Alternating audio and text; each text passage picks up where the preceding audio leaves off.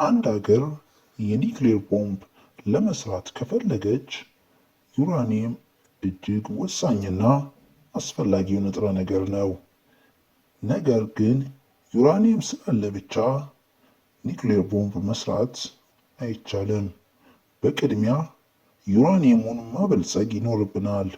ማለትም የኒውክሌር ቦምብ ለመስራት የሚያገለግለው ዩራኒየም ከ90% በላይ ንጹህ ዩራኒየም መሆን አለበት። ይህ ሂደት ነው እንግዲህ ብዙ ሀገራት የኒውክሌር የጦር መሳሪያ በቶሎ እንዳይታጠቁ እንቅፋት የሚሆንባቸው። ኢራን ወደ 60% የበለጸገ የዩራኒየም መጠን ላይ ደርሳለች ተብሎ የሚገመት ሲሆን ይህም ከጥቂት ሂደቶች በኋላ ኢራን ያቀደችውን ለማሳካት ትችላለች ማለት ነው። ዩራኒየም የማበልጸግ ሂደት ከመጀመራችን በፊት ዩራኒየም ኦር ከመሬት ውስጥ ማውጣት ይኖርብናል።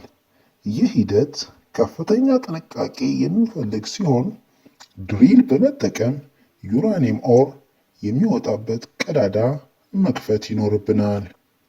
በተከፈተው ቀዳዳ በሪሞት የሚሰራ ቡልዶዘር የዩራኒየም ኦር ካለበት ቦታ ያነሳዋል። በመቀጠል ዩራኒየም ኦር ኮንደንስድ፣ ግራውንድ የሚሉ ሂደቶችን አልፎ ሴንትሪፊዩግ የሚባል መሳሪያ ውስጥ ይቀመጣል። ሴንትሪፊዩግ ዩራኒየም ለማበልጸግ የሚጠቅም ሲሆን ይህ ሂደት ልክ ንጹህ ወርቅ ለማግኘት በእሳት እንደሚቀልጥ ሁሉ በዩራኒየም ኦር ውስጥ ያሉትን ነገሮች በማስወገድ ንጹህ ዩራኒየም የሚፈጠርበት ሂደት ነው። ሴንትሪፊዩግ መሳሪያ የሚሰራው ስራ በተፈጥሮ የሚገኘውን ዩራኒየም 238 90%ን ወደ ዩራኒየም 235 የመቀየር ስራ ነው።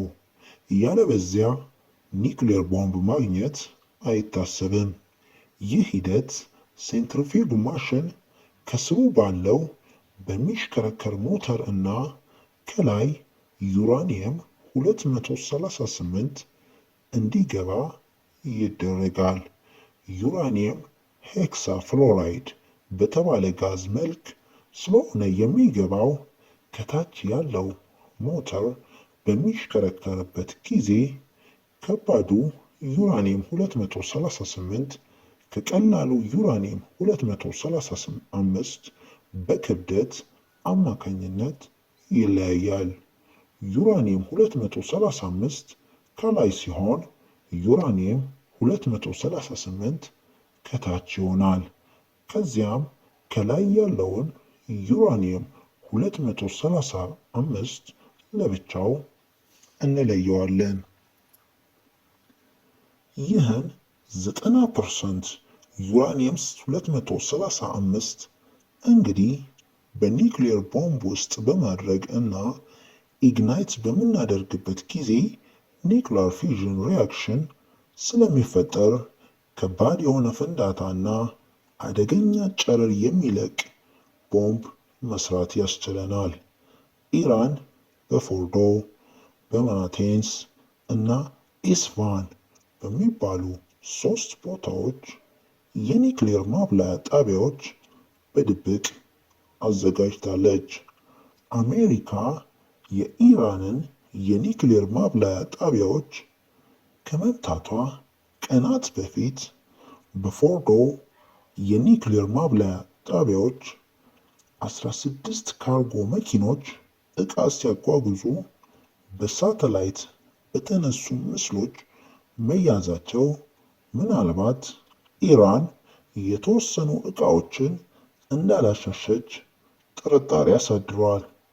በዓለም አቀፍ የአቶሚክ ኢነርጂ ኤጀንሲ እና የአሜሪካ ደህንነት መረጃ መሰረት በአሜሪካ ጥቃት የተነሳ የኒውክሌር ማብላያ ጣቢያው ከፍተኛ ጉዳት እንደደረሰበት ይታመናል። ነገር ግን ኢራን ጥቃቱ ከመድረሱ ከቀናት በፊት የበለጸጉ የዩራኒየም ክምችቶችን ማሸሽ ችላለች። ይህም ጥቃቱ የኢራንን የኒውክሌር ቦምብ የመስራት ፍላጎትን አዘግይቶታል እንጂ ሙሉ ለሙሉ አላስቀረውም።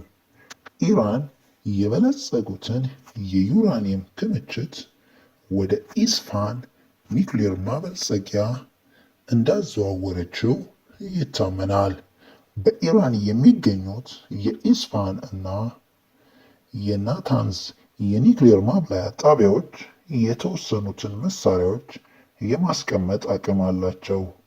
በኢራን የሚገኘው የፎርዶ የኒውክሌር ማብላያ ጣቢያ ለማፈንዳት ከባድ የሆነበት ምክንያት ከባድ የጥበቃ ኔትወርክ ያለው ሲሆን እና 6 የመሬት ውስጥ መግቢያ በሮች አሉት።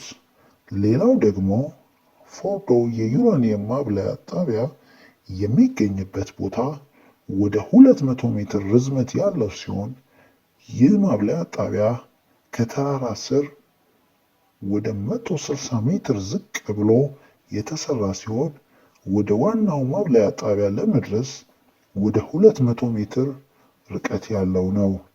ይህን ችግር ለመቅረፍ አሜሪካ 6 ቢ2 ስፒሪት ቦምበር እየተጠቀመች ሲሆን እያንዳንዱ ቦምበር GBU 57 ማሲቭ ኦርዲናንስ ፔኔትሬተርስ ቦምብ የታጠቁ ሲሆን እነዚህ ቦምቦች ከፍተኛ ጥልቀት ካለው ኮንክሪት እና ተራራ ስር የተሰሩ ምሽጎችን መሬቱን ሰንስሮ ለማፈንዳት የሚያገለግሉ ናቸው።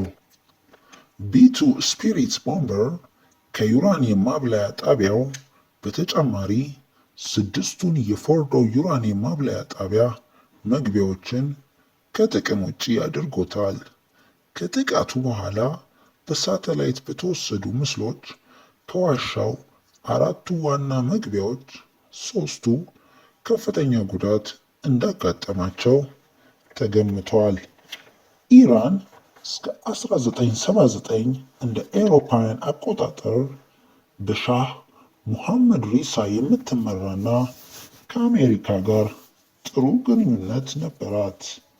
ነገር ግን አያቶላህ ሩሃል ካሜኒ እርሱን ከስልጣን በማስወገድ የሀገሪቷ መሪ ከሆነ ጀምሮ ሀገሪቷን በእስላማዊ ሕግ እንድትገዛና አሜሪካና እስራኤል የኢራን ጠላቶች በተለይም እስራኤል የኢራን ዋና ጠላት እንደሆነች ተፈረጀ። ሩሃል አሚኒ በ1989 እንደ አውሮፓውያን አቆጣጠር ሲሞት በአሁኑ አያቶላህ አሊ ካሜኒ ተተክቷል። ይህም ሦስቱን ሀገራት ወደ ጦርነት ያስገባ ሲሆን ኢራን በተለያዩ ማዕቀቦች ለማሽመድመድ አሜሪካ በብዙ ስትጥር ቆይታለች። ይህም ኢራን እስራኤልን ለማዳከም ለሚቋቋሙ የአማጺ ቡድኖች በገንዘብ ከሚደግፉ ሀገራት ቀዳሚ አድርጓታል። በ2002 እንደ አውሮፓውያን አቆጣጠር ኢራን ለኒውክሌር ቦምብ ስራ የሚያገለግለውን ዩራኒየም የማበልጸግ ስራ በሁለት ሚስጥራዊ ቦታ እያካሄደች መሆኑ ለእስራኤልና ለአሜሪካ ትልቅ የራስ ምታት ሆኖባቸው ነበር። ምክንያቱም ኢራን ይህንን ኒውክሌር ቦምብ ከታጠቀች እስራኤልን ለማጥፋት ትጠቀምበታለች የሚለው ፍርሃት ነው። ኢራን ግን ይህን ለብዙ ጊዜ ስታስተባብል ቆይታለች። ለዚህም ነው አሜሪካና እስራኤል የኢራንን የኒውክሌር ፕሮግራም ለማጨናገፍ የሳይበር አታክ ለኒውክሌር ፕሮግራም ወሳኝ የተባሉ ሳይንቲስቶችን በመግደል ሙከራ አድርጋለች። ባራክ ኦባማ ከኢራን ጋር የደረሱትን ስምምነት ዶናልድ ትራምፕ በ2018 እንደ አውሮፓውያን አቆጣጠር በመተው በሦስቱ ሀገራት መካከል የነበረው ውጥረት እንደገና ማየል ጀምሯል። በ2025 አጋማሽ ላይ እስራኤልና አሜሪካ ባንከር በስተር የተባለ